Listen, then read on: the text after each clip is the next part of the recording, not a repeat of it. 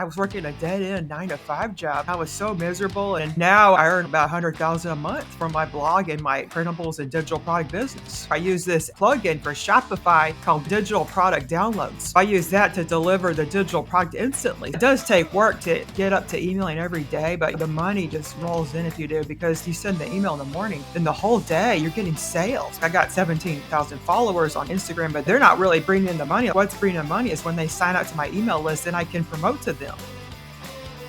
I want to get your origin story. Give me a couple minutes. How did Becky Beach get to where she is, being the AI-powered business strategist and doing all these digital products and all the tons of things that you've done in your business to date? Oh, sure. I'd love to. Well, I got started off as a mom blogger. I have a blog called mombeach.com, which I started about 10 years ago when I was pregnant with my son, Brian. I had him and I was working a dead-end 9 to 5 job. I was so miserable, and I had a boss that would tell me I wasn't creative enough, didn't deserve my title. He even told me I was worthless one time, and it was just a Ugh. miserable, toxic work environment. So that's why I started the blog, because I saw someone online saying they make 30,000 a month from their blog. And I was like, wow, I could do that, because I love to write. I did journalism and I did graphic design in college. I think I would really enjoy creating my own blog and my own brand and everything. So I got started blogging and I just didn't look back. I just kept on keeping on. And now I earn about 100,000 a month from my blog and my printables and digital product business. Wow. Mm-hmm. That's incredible. 100 a month from digital products and your blog. That's incredible. All right. I want to unpack this story. So you started your mom blog. You got out of your dead end 9 to 5. What was it about the blogging? Where did you start making your first money with that? And then I eventually want to figure out exactly how you got into digital products.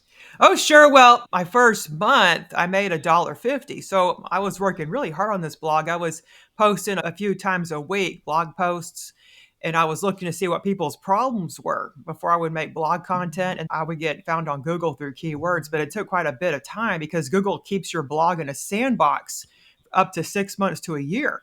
So that's why a lot of people will quit their first year of blogging, because they're not getting traffic. Well, it's because Google hasn't indexed their site in the SEO properly, because Google's trying to see if your site is spam, or is it useful for people to come and see, because they're all about user experience. So that's so, like, my first year I wasn't making much money. Like the first month I made $1.50, and it was from an affiliate called Survey Junkie. And it's very easy to get conversions because people can sign up for free. And when somebody signs up, you get $1.50, and people go on there and take free surveys, and they get paid for their surveys. They get like gift cards, and it's a legit business. So that was the first money I made. And I told my friends and family, and one of my family members, he laughed at me. He said, "What, you made $1.50? Don't quit your day job." And he was telling me I was wasting my time. My sister told me I needed to stick with my 9 to 5 and to stop wasting time. And my husband told me I was living a pipe dream and I needed to just stop doing it. He said it's not going to produce anything. So I was really discouraged. I had nobody supporting me. This went on for a year. I was just making $100 a month at first. And then I decided to sell digital products because I saw somebody else doing it. They were selling like printables on their blog. And I thought, maybe I could do this because I majored in graphic design. Like, I love to create. So maybe I could make one printable. So I did. And I promoted it to my email list. And then I was able to get some sales. So I made like about $1,000 within a few months of doing this. And I kept creating more and more printables to sell in my Shopify store. I use this plugin for Shopify called Digital Product Downloads. And it's a free app for your Shopify store. So I use that to deliver the digital product instantly. So when they buy it, they immediately get it. I don't have to deal with any shipping or anything like that. It's really amazing. Wow. Okay. So that was your gateway into digital products. Can you share this just real quick in case people out there don't know? What's a printable and what other types of digital products, or I guess what are the types of digital products that you can get into, especially if you're brand new or in the digital product space? Oh yeah, printables are a really easy gateway. You can do like a simple tracker, a bucket list. Like, a lot of people during the summer, especially, we're looking for like Disney vacation trackers and like checklists, because like you got to take a lot of stuff with you to Florida, or you got to pay a lot of money when you get there because it's really hot and humid, and you need like a portable fan, you need a poncho because it rains during the day. A lot of people aren't used to that type of weather. So there's these checklists that make a lot of money on Etsy, but you can't call it a Disney checklist. You got to call it like a theme park checklist or something, or a magical theme park. Because I have one called a magical theme park checklist, because Disney, you can't do anything copyrighted or trademarked with someone else's The brand. mouse ears will take you down. Yeah, That they mouse sure will get you. will. You'll see that on Etsy a lot, where people are selling Disney products, but they get taken down all the time. I don't advise anyone using trademark names in their products. Yeah, absolutely. All right, so you started selling printables. You made $1,000. You started getting a little traction. So I imagine at that point you're like, okay, I'm on to something here. You mentioned your email list as well. So can we talk about the fundamentals about your business, going from the blog to printables, and then I want to keep digging deeper and finding out what other products you got into. But at that foundational level, what was it? What was the key to those sales? Was it using the website and using traffic from your blog to get people to it, or did you have to do any sort of outward marketing of your printables?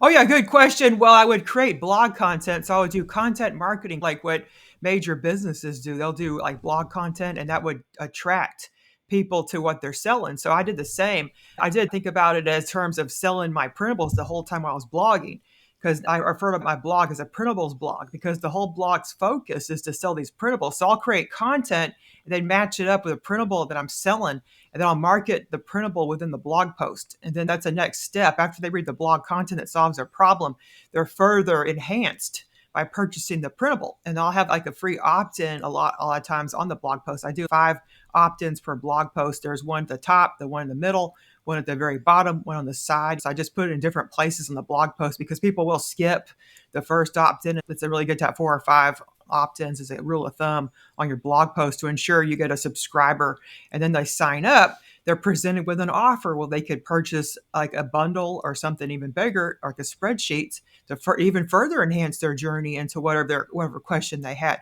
Because I did UX design and development during my 9 to 5 job, so that's what I kind of use with my blogging business. Is I think in terms of how to solve people's pain points, and I create products to help alleviate pain points. That's what I'm doing. My strategy. What does an average printable cost? What's the sale price on it? And is this more of a volume type of business, or are they larger ticket? Yeah, yes, it is. My printables, I do have higher priced my products nowadays that go all the way up to 5,000 a year for one-on-one coaching. Well, the printable, they're like $7. I also have $1 deals for one-page trackers in my store.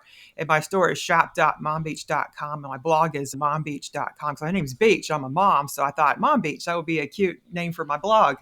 So Hmm. that's my Shopify store. And so they range from like $7. I have like bundles, like I'll bundle it up with spreadsheets. I also create spreadsheets for finance, like budgeting. I have a debt snowball tracker spreadsheet, like it's a calculator that helps you get out of debt through the debt snowball method.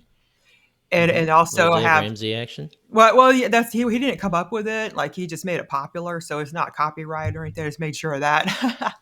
Yeah, yeah, for sure. Yeah, and then I have like a meal planning spreadsheet to help moms with their meal planning. I also have a cleaning spreadsheet, clean and decluttering. I have a decluttering ebook, like to help people declutter and organize. So yeah, I have a variety of products, and they all help moms with their pain points. Okay, I love this. So we said how printables are the gateway digital product. What came next after printables? Oh yes, it was the spreadsheets because it takes Okay. a lot more work. So then I started making spreadsheets. I saw somebody else doing it that were being successful. I thought maybe I should do it because I can create spreadsheets and make them look nice and everything. But the more complicated ones, I went on Upwork.com and I hired a spreadsheet designer to make ones that are really complex, like the debt snowball. That took a lot of work, so I had to hire someone to make that for me. But then also designed it with my brand colors. So that was what I got into next. And then after that, I started doing courses. The first course I sold was how to start a business for Americans, like for American small business owners. Because I'm in a small business group locally, and we took a class on legalize your business. So I took the material from that and also what I learned myself, and I made a new course called American Small Business for Newbies, and that was my first course, and that did really well. And then I just kept making more and more courses, and then also created a blogging course on how to start a printables blog called Printables Blog Academy, and that one was really good. I made $30,000 from that course. So I just kept on making new courses. Are your courses evergreen? Do you still sell them, or you make them and then they're useful for a year or two and then you build a new one? Or how do those work for you today? Well, I have them on my website, and I'll attract people there from running Facebook ads. Like right now, I got a Facebook ad running, and I had about 80 leads sign up for 2 weeks that I've been running it. And I'll do like a back end tripwire. So when they sign up to the freebie, they'll get presented with an offer. And I've had some people opt into the offer. So then that makes the ad free and actually get money from getting leads if you have a back end offer when you run ads. And also we'll get people searching on Google and Pinterest. I use Pinterest to drive traffic to my business. So they'll search on Pinterest their problem, and then my blog post will come up because I create Pinterest pins, like images that are long ways, like phone size. You put them up on Mm-hmm. Pinterest and link them to your blog content or your product. So I'll drive traffic to my Shopify store from Pinterest. I'm a verified merchant on Pinterest. So there's a wide variety of ways. And I'll also get free social media traffic like on Instagram, and I'll get traffic from Facebook. Just I'm promoting stuff all the time on my social media for free and the ads. How long have you been advertising on Facebook? When did you add that to your strategy for Not marketing? too long ago. I took a Facebook ad course a few years ago, and I didn't really do anything about it. But then this last year, I started getting started with ads again because I'm in a women's course, and the women's course wanted me to run ads to get members in, and it boosted the membership up so much. Like we now have 50 members, and when I started the women's course, there's only like 20 members, so we like more than doubled our membership because I've been running Facebook ads, and I saw the magic of the Facebook ads for this women's course I'm in. So I said, maybe I should try again for my business and run these ads because I gotten really good at it since actually doing something. It's one thing to take a class about it, but it's another thing to actually implement what you learn and put it into action and then to see Mm-hmm. results. And that gives you confidence to do it yourself. And so I've been really getting profitable and getting a lot of leads in. Yeah, absolutely. I guess you mentioned the memberships. So I know that's a huge opportunity as well. There's a friend of the show, Vincent Puglisi, who's a big membership guy, and we've learned a lot from him on starting, developing, maintaining a membership. Do you have just a general membership? Do you have multiple memberships? Are they pertaining to your courses or to your blog? What does the membership side of your business look like? Oh, sure. I have two memberships. I did have a third one, but I had to close it because it just wasn't gaining traction. But my main membership is businessbeachclub.com, and that helps people start and scale their own digital product business. I have over 20 courses all cater to digital product businesses and to get traffic through organic means because my growth was purely organically.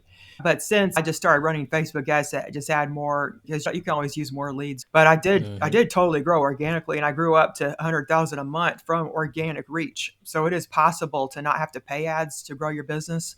And I teach organic strategies in my courses within the membership. Then my second membership is called Mom Beach Club, and that's for moms. Like it's a B2C type of membership, and they get printables each month of the year. They get printables for that theme of the month. Like we have back to school printables right now for the August content. When I do workshops for the moms, and I even made an app. It's like an AI app that helps them solve their pain points. I love it. I love it. And I'm going to be asking about AI in just a minute here, but I am curious for all the different products you have, for the memberships, for the courses, how did you decide on your pricing model? Because we hear from people all the time that are doing digital product stuff, or I, being involved in that world, I have eyes on how that works, but it's different for every creator out there. So how did you arrive at your pricing model, or how has it evolved over the years of owning your business? Well, at first, I would only give things out for free. When I started my mom blog, I didn't think I had very low confidence. That's why that boss could say those things to me and make me feel like 3 inches tall. I'm 6 feet tall. And that boss, he was like probably up to here was a shrimp. And I would just feel like 3 inches tall. So my confidence was greatly lowered and I had no self-esteem really. When I was growing up, my mother would tell me I was worthless and stupid, fat, and ugly like all the time. So that kind of went into my adulthood. I don't mean to go that far, but you know what I mean? I just didn't have much confidence. So I Hmm. thought my products weren't worth anything. So I would give everything for free at first when I would send my products to my email list on my mom blog. And then everybody was like getting them for free. And then eventually I was like, ah, this isn't working. I want to leave my job. I can't keep doing this. I got to charge for my products. So then I started charging like $7. And at first nobody would get anything because they're used to getting everything for free. But then eventually they were trained to start expecting purchased items in my emails. And I eventually did start getting money from my printables. And it made me really happy. And I just boosted my self esteem and confidence like so much. And then from there, like seven, I thought maybe I could try 27. So I did, and I gradually went up. And the same thing with my courses business. At first, I didn't think my courses were worth much. I was like, I just don't think anyone will pay more than $17 for this or $27 for this. But eventually, I just kept increasing the prices. And now I'll charge $197. I mean, I don't really care about that. Like I said, I think it's more than worth what I'm charging. I see other people charging thousands of dollars and they have less experience than me. And they're suddenly selling $1,000 worth of course and they don't even have a graphic design degree or half the experience. I thought maybe I should charge more because of my experience level. And I've been doing this online business for 10 years. Before that, I'm a developer. So I had a digital pets business in college, kind of like Neopets. So I was doing this Hmm. online business even before then. Wow. Okay, very cool.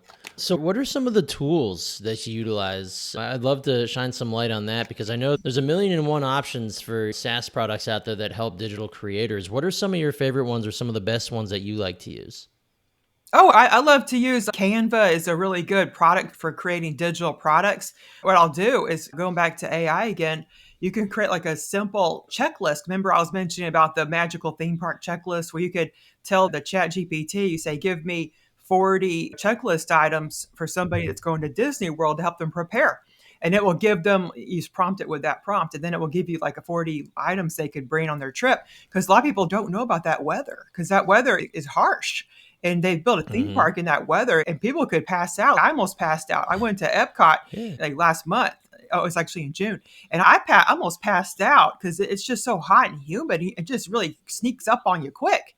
And I Yeah, wasn't especially if dressed you're up. coming from from Dallas like you're not used to Yeah, yeah, that type yeah. of It's a Florida dry, heat. yeah, it's dry heat, but but there it's like a really humid heat, and It'll get you you. get even hotter. Yeah, so like you have to really prepare for this weather. So that's why these checklists are so greatly needed, and you can make a lot of money selling them. There's people that's their whole business is creating these theme park checklists for different theme parks on Etsy. So you could like create that, and then you bring the content into Canva, and you can style it really nicely. Canva has pre-done templates. So if you go to flyers, then you can see all the templates that it has, and you can just apply that templates to Hmm. your content, and you have a really pretty printable suddenly without no design experience. I think that's the key I want to highlight there is that this is a business that you don't have to have a graphic design degree, although it helps like you have, but you don't have to have it. Like somebody like me, I am not a artistic or creative minded person when it comes to putting thoughts onto a design on the computer. And I can use Canva, and I mean, my people use it now for me, but I Hmm. have experience in using it, and I could make things halfway decent on Canva. That's how I started my business Hmm. when we create ad creatives on Facebook ads was I would have to hop into Canva back when it was brand new, didn't have nearly the type of functionality it has now, but it was still pretty incredible for the time. And it made me look like I knew what I was doing with artsy things. So I have to agree with you. That is one of the all time best tools out on the internet right now. What other tools did you use? Did you use like Thrivecart for checkout software or for your memberships? What other tools are out there, softwares are out there that folks can be exposed to that can really help them streamline their digital product business? Oh yeah, I do use Thrivecart. I like it because it's a one-time lifetime fee. I And love then, Thrivecart. yeah, and then they don't take any fees each month because if you pay for Kajabi, like Kajabi has very good tech. Like I'm a tech guru. I was in development 20 years. I've worked for Verizon, American Airlines in IT and UX design. So I appreciate good tech and they have very good tech. Like Thrivecart's tech isn't as good as Kajabi, but Kajabi is 1,000 a year, and plus they take fees, like transaction fees from each of your purchases purchases you get, and along with that, you get Stripe fees and PayPal fees. So the fees could really add up. But with Thrivecart, on the other hand, it's no fees. You just pay one time. A lot of people will balk it. Oh, I got to pay $700, but that's a one-time fee. Never again. You don't have to pay nothing ever again. So I use Thrivecart for all Mhm. my courses, and I also use it for my membership because what you can do with your courses, you can bundle them up, and then you could sell the bundle as a membership, and then you get like monthly. They get monthly access by paying each month, and as long as they pay, they'll continue to get access to the bundle of courses. That's how you can do it. Yeah, yeah, that's why I loved it when I did my digital products. I used Thrivecart on the recommendation of one of my digital product buddies, and he's like, "It's a no-brainer." At the time, it was $495 for a license and extra $100 for the Learn Pro. And I housed my courses there. I had all my like everybody had their login access. There was the what do they call it? The education like platform or portal or whatever. Oh, Learn Um, Plus. yeah, yeah, and it was fantastic. So yeah, I'm glad to hear you use that as well. All right. Now, I've put this off long enough, but I really want to start asking you about how you doubled your income using AI in your digital products. This is a rabbit hole I think we're going to have a lot of fun with, but how did you do it? I mean, the advent of AI, everybody knows that it's blowing up businesses in good ways and bad ways, everything towards the sun, right? But how did you utilize it? How did you get into it? And how did it help you double your income? Oh, sure. When I was working at Verizon, we were doing machine learning to help servers repair themselves. So that was way back in like 2017. And I was doing that before AI really hit mainstream. So I was doing machine learning. Then when OpenAI made it open, like AI for everybody, like I really jumped on that and started using it because I was no longer working at Verizon at the time. So I couldn't utilize that technology. So then I began using AI right when it started. And I asked my chat GPT like a few weeks ago, like, how long have I been using you? And he said, oh, about two and a half months, or I mean, 2.5 years already. I was like, wow, I can't believe I've been using the AI so long. And I've been just using it ever since. And I first made it to do a digital product, a tracker, and then like a bucket list, because bucket lists are popular too, and having it create content for me that I would then move on to Canva and I would do training. So I've done lots of AI trainings over the years. It just really evolved since. And now you could create courses with it. Like I've used it to help me create my courses. Like I'll do a course outline. I'll say, give me 5 course ideas on how to help moms with self care or how to help business owners strategize their marketing. And then it'll give me like all these ideas. And then I could say, give me a course outline for this idea. Then it'll give me a whole course outline of everything you could possibly want to know for that topic. And it's just a time saver. Before, I would get sticky notes and just write down all my ideas and sit on the floor and try to organize my ideas into different modules. And that could take a couple of weeks just to get the course outline done before I could move on. But now I could just do it all with the AI. Yeah, no, it's a massive time saver and fantastic automator. But what's, I guess, in terms of helping you double your income, was it more so of just helping you be more efficient? Were there actual live applications of AI that you used in your courses? Do you have courses that teach people about using AI? What does that all look like for you? Oh, yes, I have several courses. I opened a new AI store called BeckyBeach.ai with all my classes, and I even made GPTs. And my VA is moving my courses from ThriveCart over to the store. I'm using Go High Level for the store, and he's moving my content over there so I could sell it in the store. And I have a course area. So I do teach people how to use AI for a number of years now. And so all my courses like help you create something specific using AI tools, like a specific type of product or do a specific thing. And I do have one that goes over really well, and it's how to use mini chats. And mini chats will actually sell while you eat, sleep, and play because it will send your customers your links. You can make like an Instagram reel and say, comment such and such to get my free printable or my course sent to your DMs. And then when they type that comment, it will send them to their DMs even while you're sleeping. So you're getting sales while you're sleeping or playing with your child. And it's just amazing what it can do. So that's what's helped me double my income is the automation, because I could sell products while I'm sleeping, and I got 17,000 followers on Instagram. So I'll go there and promote my courses. The latest thing I've been doing is creating Instagram carousels with AI and also using Canva. So I'll create the content with AI and I'll export it as a CSV. And then I'll go into Canva and use the Bulk Create app. And then that will create like all the carousel slides. For those that don't know, a carousel is a series of images that solves a pain point. Like the first says what the problem is, and it goes into solving the pain point. And at the end of the solving, it gave some information. But then at the end, the real pain point solver is your product. And then they're very high converting because people will just go on Instagram and they'll see something, they'll see, oh, I have that pain point.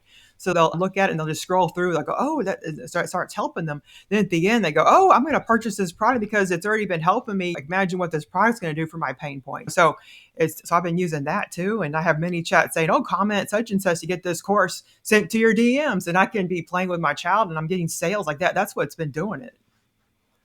Wow. Well, how many new products are you creating? Or are you constantly creating new products? Or is it more so every now and then you put a lot of time and effort into creating something new and it's every 2 months or 6 months or whatever, and everything else is maintenance mode? Or what does that look like for you in terms of new products? Well, I have my business, bhclub.com membership. I'm constantly creating new trainings, like AI trainings. Like last month, I created AI handprint printables.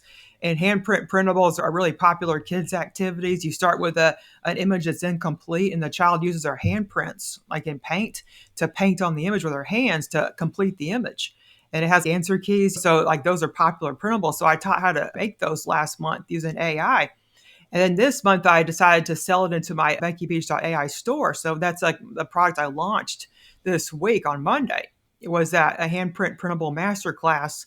And I've got several sales already. And that was just for my membership. So I'm repurposing my membership content into products for the public. And then I make sure to tell the public, like, yeah, if you sign up to the membership, you could save money because my membership is like 67 and this training is 47.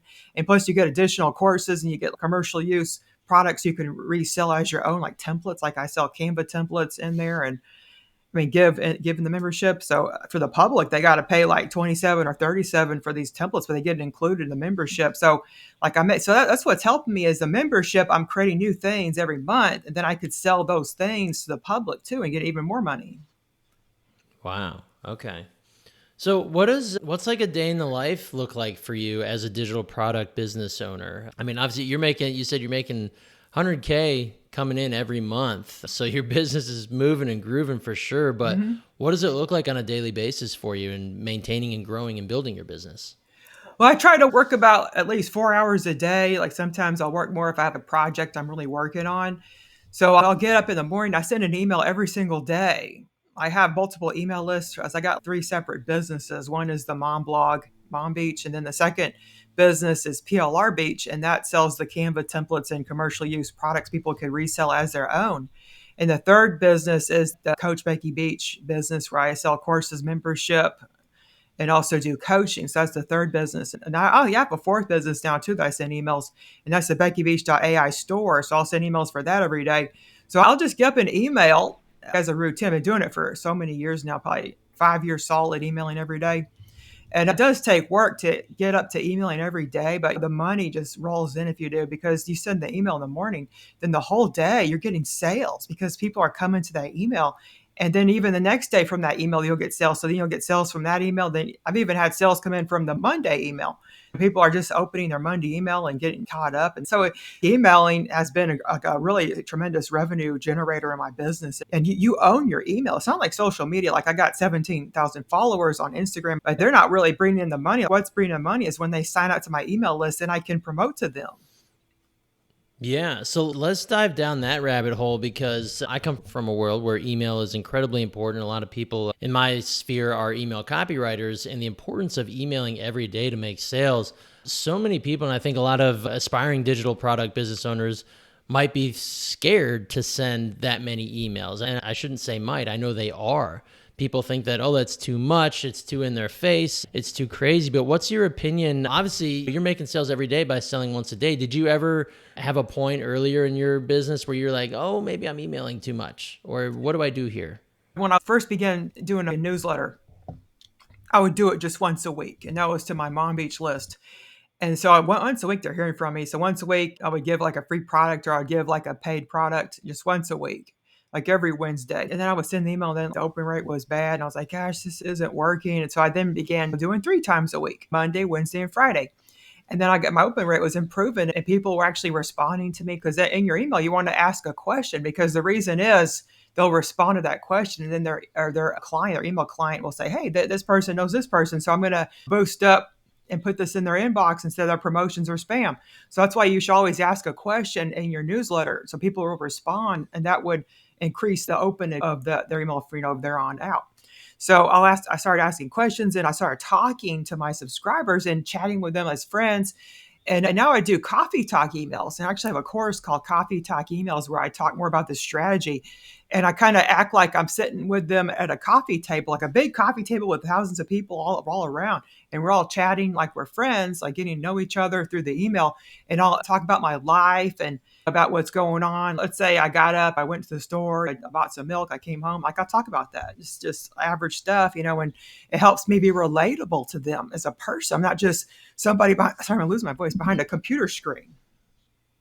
Exactly. And the thing is, and I learned this from one of my buddies, if you have something that solves somebody's problem, you are doing them a disservice by not telling them about it, by not emailing them every day, especially as it pertains to digital products, because you do have something that can help somebody solve a problem, fix a pain point, And if you're not telling them about it on a daily basis, you are doing them a disservice. Now, the benefit is that A, you're going to make money, but B, you're going to help them. So I Hmm. think it takes a mindset shift, especially from those that are newer to the industry or newer in business, is you're not bothering them. You're offering to solve their problem in exchange for money.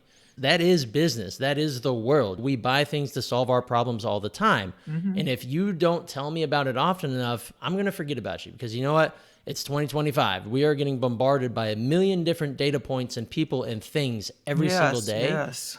And if you go out of your way to tell me about the solution you have for me and you do it in a good way, a playful way, a valuable way, then I'm going to always be reading your emails, right? So it works both ways in perfect harmony.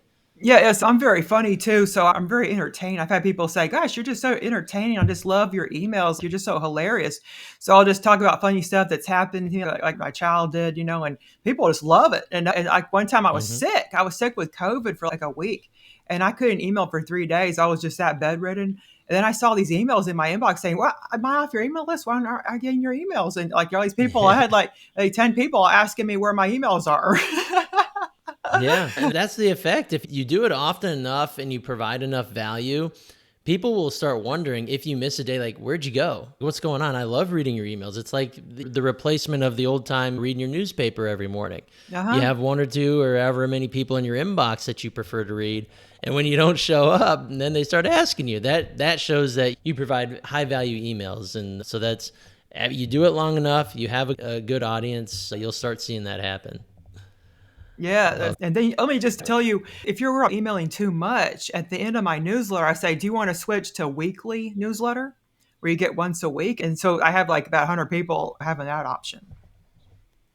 Yeah, no, and it's always giving people options, right? Because some Hmm. people will be like, I probably don't need it every day, but I do like to hear from you once a week, and you give them that option. Yeah, And as always, if somebody doesn't like it, they'll unsubscribe themselves. They'll show themselves the door, and that's a net benefit for everyone because they hmm, don't need your emails. They're not going to get them, and you don't need them on your list, not opening your emails and causing your list to get dirty, right? And right, need cleansing every now yeah. and then. Hmm.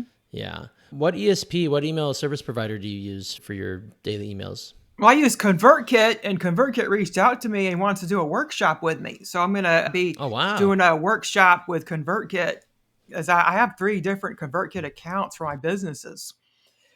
And so I'm a big customer of them, of theirs. Yeah. Oh, very cool. Well, so before long, you're telling me I'm going to see in ConvertKit's newsletter, I'm going to see Becky Beach just showing up in there talking about your webinar. Oh yeah, we're gonna do like for my. I'm meeting with them today actually at around noon to Oh, set cool. this up. Yeah, Very cool. Very cool. Well, that's exciting. And that's what happens with the power of email and I use Kit as well, ConvertKit as well. It's a great product, gets the job done perfectly well. And so I highly recommend them too. So I'm glad to hear you use them. hmm, All right, we're rounding it out here, but I'm curious about, you said you try to work about 4 hours a day, and you mentioned you have a VA. Is it you and a VA that operate all your businesses, or do you have a team of others that help on fulfillment or with social media? What does your team look like? Oh, there's no fulfillment. These are all digital products. There are support True. issues that will come up because yesterday I did answer a support, even though I had hired a full-time VA for support questions and customer questions. But they went to the wrong email, which is my personal one. So I responded to them, and they mistyped their email, so they couldn't get their course. So then I went in the Go High Level, and I just made sure their email was current. I used Go High Level for my store, and they purchased with my store, and they couldn't. Oh yeah, I have 2 stores, one Shopify store and one in Go High Level.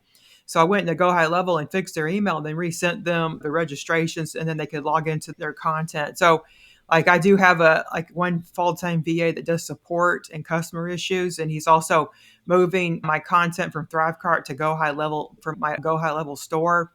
So that way I could put them in my store. And then also I have another VA that does helps me with product creation. Like she'll make the planners, the digital planners and the commercial use templates for my PLR Beach store and for my membership. Because I also will give the templates in my membership for people could customize these templates as their own, like they're white labeled. And so I'll put them in my membership, and I will create those because I used to do it all myself, but it was just taking so much time. And so I just hired a designer to help me. Then that frees me up to do courses and like coaching services, more high income activities. Yeah, absolutely. And then did you find your VAs? Are they offshore, onshore? Did you use like a recruiting firm? How did you find your VAs? I found them through Upwork.com, and they are, Upwork, there you go.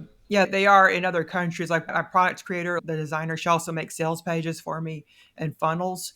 And she's from the Philippines, and she was working at a publishing firm before, and she got laid off. So now she works for me full time. And then I have another VA, and he's from Egypt, and he'll do the support. He speaks very good English, and he's like an expat, so he's over there in Egypt. And he's really smart, and he also knows Go High Level like the back of his hand, so he can answer customers' queries if they, as long as they send to the right email, of course. Yeah. Awesome, awesome. Well, Becky, this has been such a cool interview to really see into the back end of an awesome and a huge digital product business. I want to make sure that all our listeners today, if they want to reach out to you, if they want to get in touch with you on social, check out all your work, where are all the places they need to go? And I know you mentioned a possible special offer for our MU listeners, so I'd love to get all the details on that. Oh, yes. If you go to coachbeckybeach.com/MU25, MU25, then you could get my free AI training. I'm going to help you create 3 different digital products to sell like this weekend using AI tools. So if you go to coachbeckybeach.com/MU25, then you could find that free training. And if you want to check out my website, it's coachbeckybeach.com. My Instagram is the Mom Beach. So the Mom Beach, all one word at like Instagram. And then I'm also on Twitter X as the Mom Beach. And my membership is businessbeachclub.com. So if you email me, I could give you like a discount too if you're interested.